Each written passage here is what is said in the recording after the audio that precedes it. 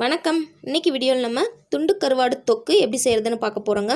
இது ரொம்ப டேஸ்டியாக இருக்குங்க. வாங்க அந்த கருவாட்டு தொக்கு எப்படி செய்கிறதுன்னு வீடியோவில் பார்க்கலாம். ஃபஸ்ட்டு ஸ்டவ் ஆன் பண்ணி ஒரு கடாய் அடுப்பில் வச்சு அதில் 3 டேபிள் ஸ்பூன் அளவுக்கு எண்ணெய் சேர்த்துக்கிறோம். இதுக்கு எண்ணெய் கொஞ்சம் அதிகமாக இருந்தால் தான் டேஸ்ட்டு நல்லாயிருக்கும். இப்போ இது கூட நம்ம ஒரு 3 பச்சை மிளகாயை பொடியாக கட் பண்ணி வச்சுருக்கேன், அதை சேர்த்துக்கிறேன். அதுக்கப்புறம் ஒரு 10லேருந்து 15 சின்ன வெங்காயத்தை கட் பண்ணி வச்சுருக்கேங்க, அதையும் சேர்த்துக்கிறேன். சின்ன வெங்காயம் இல்லாட்டி ஒரு பெரிய சைஸ் பெரிய வெங்காயத்தை கட் பண்ணி சேர்த்துக்கலாம். சேர்த்துட்டு இந்த வெங்காயம் நல்லா பொன்னிறமாகிற வரைக்கும் நல்லா வதக்கி விட்டுக்கலாங்க.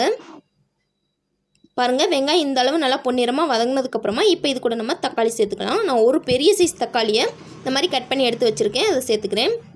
சின்ன தக்காளியாக இருந்தால் 2 தக்காளி சேர்த்துக்குங்க. சேர்த்துட்டு இதை நல்லா மிக்ஸ் பண்ணி விட்டுக்கலாங்க. துண்டு கருவாட்டில் ஏற்கனவே உப்பு இருக்கும், அதனால் இந்த வெங்காயம் தக்காளிக்கு அளவாக மட்டும் கொஞ்சமாக ஒரு 1/4 டீஸ்பூன் அளவுக்கு மட்டும் உப்பு சேர்த்துக்கலாம். சேர்த்துட்டு இந்த தக்காளி நல்லா மசிகிற வரைக்கும் நல்லா வதக்கி விட்டுக்குங்க. தக்காளி இந்த அளவு நல்லா மசிஞ்சு வதங்கினதுக்கப்புறமா இப்போ இது கூட நம்ம கருவாடு சேர்த்துக்கலாங்க. நான் ஒரு 50 கிராம் அளவுக்கு கருவாட்டை நல்லா தண்ணியில் நல்லா வாஷ் பண்ணிவிட்டு எடுத்து வச்சுருக்கேன், அதை இது கூட சேர்த்துக்கலாங்க. சேர்த்துட்டு இதை நல்லா மிக்ஸ் பண்ணி விட்டுட்டு இந்த கருவாடை நல்லா வேக விட்டுறலாங்க. இந்த எண்ணெயிலேயே ஒரு 5 நிமிஷம் நல்லா லோ ஃப்ளேம்லேயே இதை நல்லா வேக விட்டுருங்க. கருவாடு நல்லா வெந்ததுக்கப்புறமா இதை நல்லா இந்த மாதிரி மிக்ஸ் பண்ணி விட்டுட்டு இப்போ இது கூட நம்ம மிளகாய்த்தூள் சேர்த்துக்கலாங்க. நம்ம ஏற்கனவே பச்சை மிளகாய் சேர்த்துருக்கோம், அதனால் 1 டீஸ்பூன் அளவுக்கு மட்டும் குழம்பு மிளகாய்த்தூள் சேர்த்துக்கிறேங்க. மிளகாய்த்தூள் உங்கள் காரத்துக்கு தகுந்த மாதிரி சேர்த்துக்கோங்க.